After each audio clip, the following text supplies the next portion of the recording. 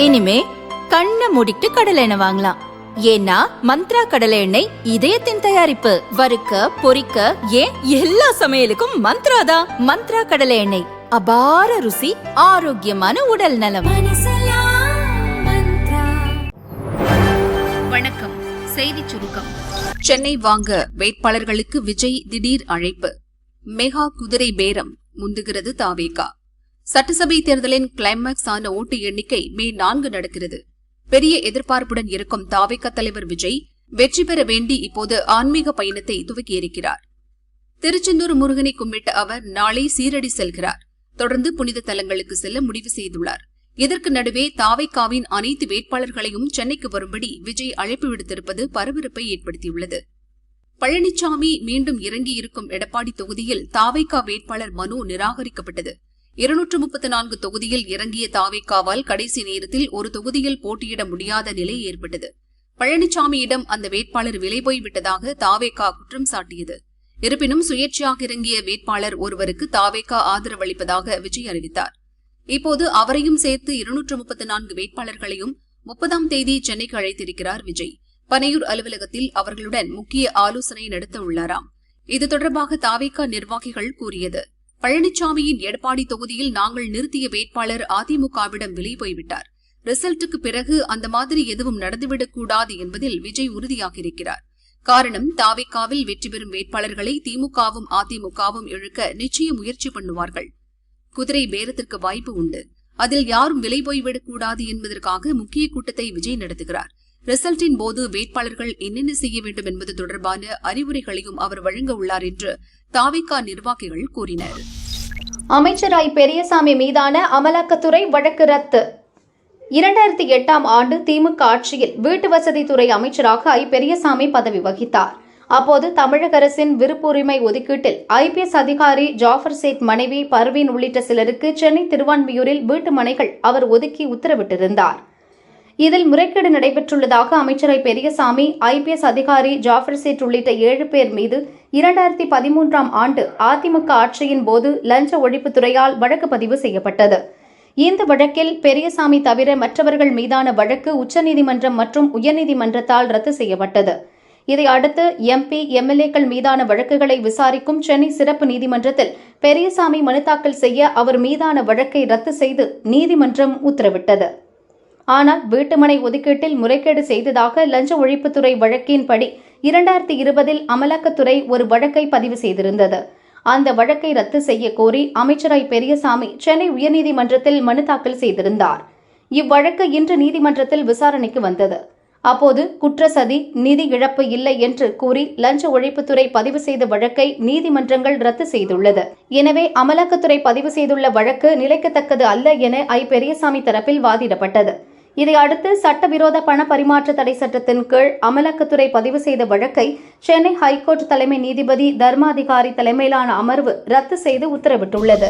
குஜராத் மோடி இரும்பு கோட்டை உள்ளாட்சி தேர்தலில் பாஜ அமோகம், காங்கிரஸ் ஆம் ஆத்மி வாஷ் அவுட். குஜராத்தில் உள்ள 15 மாநகராட்சிகள், 84 நகராட்சிகள், 34 மாவட்ட பஞ்சாயத்துகள், 260 ஊராட்சி ஒன்றியங்களில் உள்ள 9200 பதவிகளுக்கான உள்ளாட்சி தேர்தல் கடந்த 26ஆம் தேதி நடந்தது.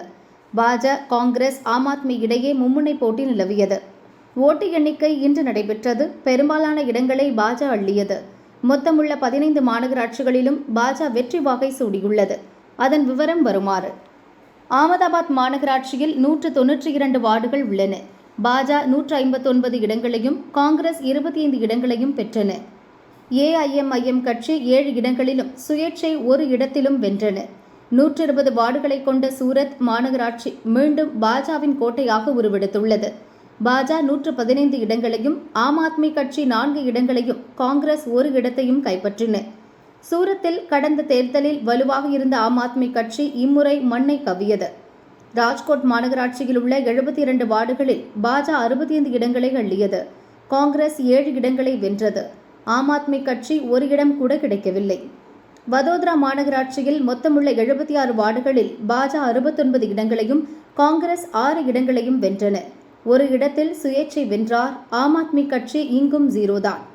பாவ்நகர் மாநகராட்சியில் 52 வார்டுகள் உள்ளன. பாஜ 44 இடங்களையும், காங்கிரஸ் 8 இடங்களையும் கைப்பற்றின. கர்மசாத் ஆனந்த் மாநகராட்சியில் 52 வார்டுகள். பாஜ 43 இடங்களையும் காங்கிரஸ் 8 இடங்களையும் வென்றன. ஒரு இடத்தில் சுயேட்சை வென்றார். காந்திதாம் மாநகராட்சியில் 52 வார்டுகள்.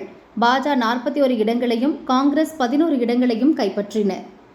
நதியாட் மாநகராட்சியில் உள்ள 52 வார்டுகளில் பாஜ 51 இடங்களை அள்ளியது. காங்கிரசுக்கு ஒரு இடம் மட்டுமே கிடைத்தது. நவசாரி மாநகராட்சியில் மொத்தம் 52 இடங்கள். பாஜ 50 இடங்களையும் காங்கிரஸ் 2 இடங்களையும் வென்றன. தலா 52 வார்டுகளை கொண்ட போர்பந்தர் மற்றும் மோர்பி தொகுதிகளில் ஒரு இடம் விடாமல் மொத்த இடங்களையும் பாஜவே அள்ளி முழுமையான ஆதிக்கத்தை நிலைநாட்டியது. சுரேந்திரநகர் மாநகராட்சியில் 52 வார்டுகள். பாஜ 51 இடங்களை கைப்பற்றியது. காங்கிரசுக்கு வெறும் ஒரு இடம் மட்டுமே கிடைத்தது. மெக்சானாவில் 52 வார்டுகள். பாஜ 47 இடங்களையும் காங்கிரஸ் 5 இடங்களையும் கைப்பற்றியது. பாபி மாநகராட்சியில் 52 வார்டுகள். பாஜ 37 இடங்களையும் காங்கிரஸ் 11 இடங்களையும் சுயேட்சைகள் 4 இடங்களையும் வென்றன. ஜாம்நகர் மாநகராட்சியில் மொத்தம் 64 வார்டுகள். பாஜ 54 இடங்களையும் காங்கிரஸ் 2 இடங்களையும் ஆம் ஆத்மி கட்சி 2 இடங்களையும் பிடித்தன. மாநகராட்சி மட்டுமில்லாமல் நகராட்சி, மாவட்ட பஞ்சாயத்து, ஊராட்சி ஒன்றியங்களிலும் பாஜவே பெரும்பாலான இடங்களை கைப்பற்றியது. குஜராத்தில் 84 நகராட்சிகள் உள்ளன. 84 நகராட்சிகளையும் சேர்த்து 2030 வார்டுகள் உள்ளன. பாஜ 1511 இடங்களை வென்றுள்ளது. இதன் மூலம் பெரும்பாலான நகராட்சிகளை பாஜ கைப்பற்றும் என தெரிகிறது. காங்கிரஸ் 414 வார்டுகளையும் மற்ற கட்சிகள் சுயேட்சைகள் 105 இடங்களிலும் வெற்றி பெற்றனர். 34 மாவட்ட பஞ்சாயத்துகளில் 1090 வார்டுகள் உள்ளன. மாலை வரையிலான நிலவரப்படி பாஜ 568 இடங்களில் வெற்றி பெற்றிருந்தது. காங்கிரஸ் 77 இடங்களிலும் மற்ற கட்சிகள் சுயேட்சைகள் 30 இடங்களையும் வென்றனர். குஜராத்தில் 260 ஊராட்சி ஒன்றியங்கள் உள்ளன. இதில் 5234 வார்டுகள் உள்ளன. மாலை வரையிலான நிலவரப்படி பாஜ 2397 இடங்களில் வெற்றி பெற்றிருந்தது. காங்கிரஸ் 591 இடங்களிலும் மற்ற கட்சிகள் சுயேட்சைகள் 329 இடங்களிலும் வெற்றி பெற்றிருந்தனர். குஜராத் உள்ளாட்சி தேர்தலில் பாஜ இமாலய வெற்றி பெற்றதை தொடர்ந்து பட்டாசு வெடித்தும் இனிப்பு வழங்கியும் மாநிலம் முழுவதும் பாஜ தொண்டர்கள் உற்சாக கொண்டாட்டத்தில் ஈடுபட்டு வருகின்றனர். சிபிஆர் சச்சின் செய்த செயல் பல்கலை விழாவில் நிகழ்ச்சி வைரலாகும் வீடியோ. ஆந்திர மாநிலம் விசாகப்பட்டினத்தில் உள்ள ஆந்திர பல்கலைக்கழக நூற்றாண்டு விழாவில் துணை ஜனாதிபதி சிபி ராதாகிருஷ்ணன், முன்னாள் கிரிக்கெட் வீரர் சச்சின் டெண்டுல்கர் சிறப்பு விருந்தினராக பங்கேற்றனர். விழா தொடக்கத்தில் சிபி ராதாகிருஷ்ணனை வரவேற்கும் விதமாக முதல்வர் சந்திரபாபு நாயுடு வெங்கடாஜலபதி சிலையை வழங்கி கௌரவித்தார். சாமிக்கு மரியாதை அளிக்கும் வகையில் காலணியை கழற்றிய பிறகே சிலையை சிபிஆர் பெற்றுக்கொண்டார். Lord Venkateshwara idol to our honorable Vice Lord Balaji's blessings be on our leaders. Thank you. Thank you very much, sir.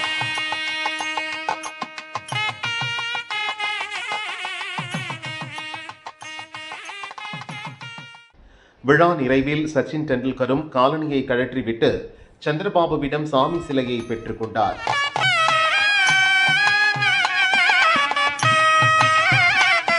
Lord Venkateshwara idol to Sri Sachin Tendulkar ji.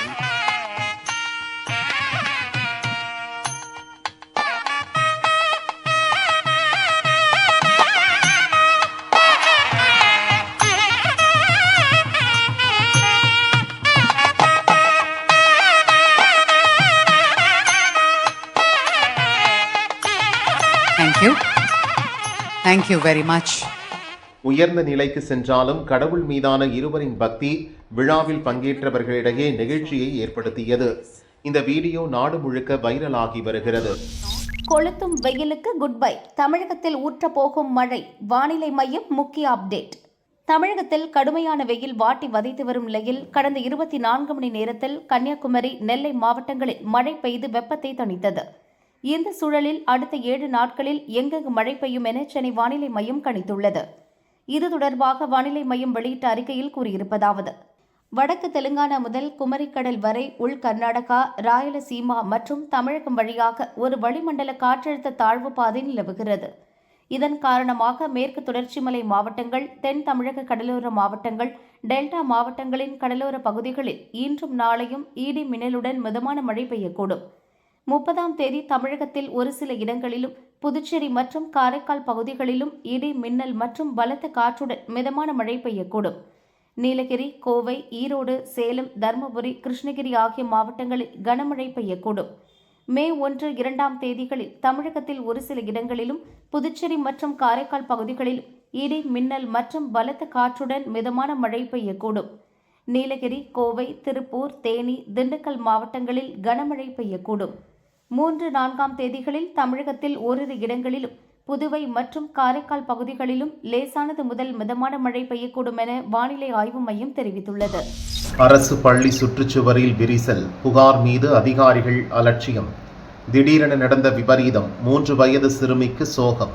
Dharmapuri மாவட்டம் பாலக்கோடு அடுத்த வெள்ளிச்சந்தை காமராஜபுரத்தில் ஊராட்சி ஒன்றிய நடுநிலைப் பள்ளி செயல்பட்டு வருகிறது. இங்கு 1 முதல் 8ஆம் வகுப்பு வரை 90க்கும் மேற்பட்ட மாணவர்கள் பயின்று வருகின்றனர். இந்த பள்ளியின் சுற்றுச்சுவர் பல ஆண்டுகளாக பராமரிப்பின்றி பல இடங்களில் விரிசல் ஏற்பட்டிருந்தது. எந்த நேரத்திலும் இடிந்து விழும் அபாயத்தில் இருந்தது. சுற்றுச்சுவரை சீரமைக்க வேண்டுமென மாணவர்களின் பெற்றோர்களும் ஊர் மக்களும் கலெக்டர் மற்றும் அதிகாரிகளிடம் பலமுறை மனு கொடுத்தனர். ஆனால் சுற்றுச்சுவரை சீரமைப்பதற்கான எந்த நடவடிக்கைகளும் எடுக்கப்படவில்லை.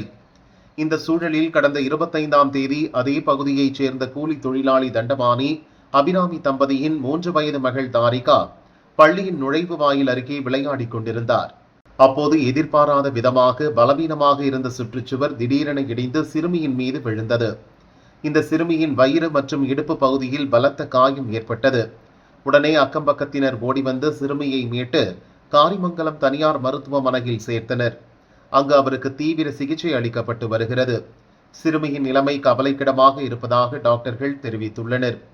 இச்சம்பவம் குறித்து சிறுமியின் பெற்றோர் அளித்த புகாரின் பேரில் பாலக்கோடு போலீசார் வழக்கு பதிவு செய்து விசாரித்து வருகின்றனர். ஸ்கூல் பக்கத்தில் தண்டபாணி வீடு இருக்குது. அவங்க பொண்ணு வந்து தாரிகான்னு 3 வயசு குழந்தை.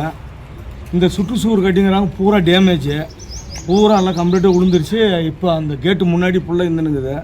அது கேட்டு உடஞ்சி மேலே விழுந்து ரொம்ப சீரியஸான கண்டிஷனில் சூப்பர் ஸ்பெஷாலிட்டியில் விஜய் மருத்துவமனையில் காரிமங்கலத்தில் ஹாஸ்பிட்டலில் சேர்த்துனுக்குறாங்க.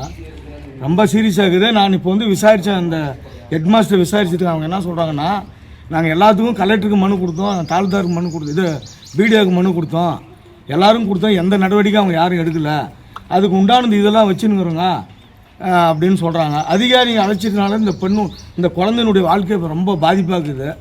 இது உடனடியாக அரசாங்கமும் இந்த ஆட்சியாளர் கலெக்டர் அவர்களும் இந்த பிடிஓவெல்லாம் வந்து இதை பார்த்து உடனடி நடவடிக்கை எடுக்கணும்.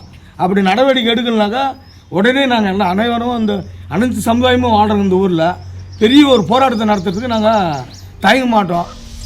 திமுக வேட்பாளரை பழிவாங்க கூலிப்படையை ஏவிய மருமகள். 122 சவரன் கொள்ளையில் அம்பலமான கள்ளக்காதல்.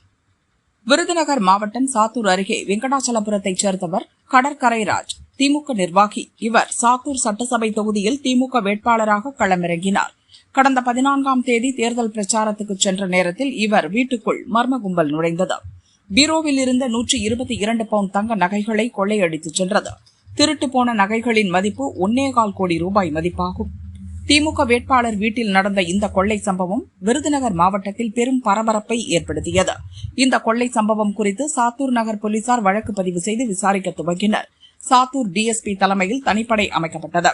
திமுக வேட்பாளர் கடற்கரை ராஜின் வீட்டை சுற்றியுள்ள பகுதிகளில் உள்ள கண்காணிப்பு கேமராவை ஆராய்ந்தனர்.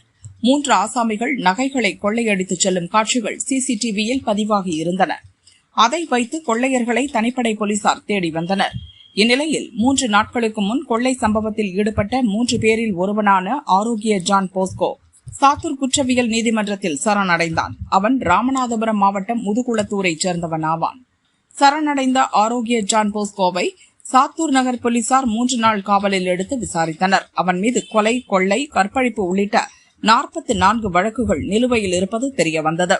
அது மட்டுமின்றி ஆரோக்கிய ஜான் போஸ்கோ சொன்ன இன்னொரு தகவல் போலீசாரையே தலை சுற்ற வைத்துவிட்டது. அதன் விவரம் வருமாறு: திமுக வேட்பாளர் கடற்கரை ராஜின் மூத்த மகனான வினோத்குமார், அவரது மனைவி அபிநயா கருத்து வேறுபாடு ஏற்பட்டு சில மாதங்களாக பிரிந்து வாழ்கின்றனர். அபிநயா தனது தோழி பவானியின் கணவரான சுரேஷ்குமார் என்பவருடன் திருமணத்தை மீறிய உறவில் இருந்துள்ளார். அதனால் ஏற்பட்ட பிரச்சனையில் தான் அபிநயாவை வீட்டை விட்டு கடற்கரை ராஜ் வெளியேற்றியதாக கூறப்படுகிறது. ஆனால் அபிநயா திருமணத்தின் போது சீர்வரிசையாக கொண்டு வந்த 122 சவரன் நகைகளை கடற்கரை ராஜ் திருப்பி தர மறுத்துள்ளார். இதனால் அபிநயா, சுரேஷ்குமார், அவரது மனைவி பவானி ஆகிய 3 பேரும் ஆளில்லாத நேரத்தில் கடற்கரை ராஜ் வீட்டில் புகுந்து கொள்ளையடிக்க திட்டம் போட்டனர். தேர்தல் பிரச்சாரத்தில் கடற்கரை ராஜ் பிஸியாக இருந்த நேரத்தில் ஆரோக்கிய ஜான் போஸ்கோ உள்ளிட்ட 3 பேரை பணம் கொடுத்து அழைத்து வந்து நகைகளை கொள்ளையடிக்க வைத்தது தெரியவந்தது. ஆரோக்கிய ஜான் போஸ்கோ வாக்குமூலத்தை தொடர்ந்து கடற்கரை ராஜின் மருமகள் அபிநயா, கள்ளக்காதலன் சுரேஷ்குமார், அவர் மனைவி பவானி ஆகியோரை ஒரே வீட்டில் வைத்து போலீசார் கைது செய்தனர். மூவரிடமிருந்து 12 சவரன் நகைகளை போலீசார் பறிமுதல் செய்தனர். எஞ்சிய 110 சவரன் நகைகளை அடகு வைத்து விட்டனர். அவற்றை மீட்கும் பணியில் தனிப்படையினர் ஈடுபட்டுள்ளனர். கைது செய்யப்பட்ட வேட்பாளரின் மருமகள் அபிநயாவிடம் போலீசார் விசாரித்த போது கணவனுடன் கருத்து வேறுபாடு ஏற்பட்டதால் சுரேஷ்குமாருடன் வாழ்ந்து வருவதை ஒப்புக்கொண்டார். திருமணத்தின் போது தான் கொண்டு வந்த நகைகளை கணவர் வீட்டார் தர மறுத்ததாலேயே ஆட்களை ஏவி நகைகளை கொள்ளையடித்ததாகவும் வாக்குமூலம் அளித்தார். தனது மாமனார் திமுக வேட்பாளர் கடற்கரை ராஜை பழிவாங்கவே இப்படி செய்தேன், மன்னித்து விடுங்கள், ஆனால் என் நகைகளை என்னிடமே மீண்டும் ஒப்படையுங்கள் என போலீசாரிடம் அபிநயா கெஞ்சினார். மொத்த நகைகளையும் மீட்பதற்காக அபிநயா, சுரேஷ்குமார், பவானியிடம் தொடர்ந்து விசாரணை நடக்கிறது. அபிநயா சொன்ன புகார் தொடர்பாக திமுக வேட்பாளர் கடற்கரை ராஜிடமும் விசாரணை நடக்கிறது. கொள்ளை சம்பவத்தில் ஈடுபட்ட இன்னும் 2 வரை போலீசார் தேடி வருகின்றனர். கடற்கரை ராஜ் வீட்டில் கொள்ளையடித்தது சொந்த மருமகள்தான் என்ற விஷயமும் மருமகளின் கள்ளக்காதல் விவகாரமும் விருதுநகர் மாவட்டம் முழுவதும் பரபரப்பாக பேசப்படுகிறது. விவசாயியை ஓட ஓட விரட்டி முட்டிய காளை. கடலூர் மாவட்டம் சிதம்பரம் காந்தி நகரைச் சேர்ந்த விவசாயி தனராஜன், வயது 45. இன்று காலையில் மெயில் காவல் தெரு வழியாக 2 வீலரில் சென்று கொண்டிருந்தார். தெருவில் நின்ற மாடுகள் அவரை துரத்தின. பயத்தில் 2 வீலரை கீழே போட்டுவிட்டு தெரித்தோடினார் தனராஜன். விடாமல் துரத்திய காளை மாடு ஒன்று அவரை முட்டி வீசியது. காலால் மிதித்தும் கொடூரமாக தாக்கியது. அங்கிருந்தவர்கள் மாட்டை விரட்ட முயன்றனர். ஆனால் ஆக்ரோஷமாக இருந்த மாடு நீண்ட நேரம் தனராஜனை தாக்கியது. ஒரு வழியாக கிடைத்த பொருட்களை எடுத்து வீசி நீண்ட போராட்டத்திற்கு பிறகு அவரை மக்கள் மீட்டனர். பலத்த காயங்களுடன் சிதம்பரத்தில் உள்ள மருத்துவமனையில் இப்போது தனராஜன் சிகிச்சை பெற்று வருகிறார். தனராஜனை மாடு தாக்கும் அதிர்ச்சி வீடியோ வெளியாகி நெஞ்சை பதற வைத்துள்ளது.